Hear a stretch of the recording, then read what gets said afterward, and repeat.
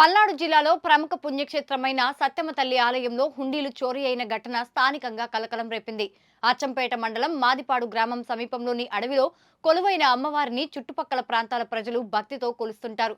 ఈ నేపథ్యంలో మంగళవారం నాడు గుర్తు తెలియని దుండగులు ఆలయంలోని హుండీలను చోరీ చేయడంపై భక్తులు ఆందోళన వ్యక్తం చేస్తున్నారు. ప్రాశస్త్యం కలిగిన ఆలయానికి సరైన భద్రత కల్పించకపోవడంలో ఈవో నిర్లక్ష్యంపై వారు మండిపడుతున్నారు.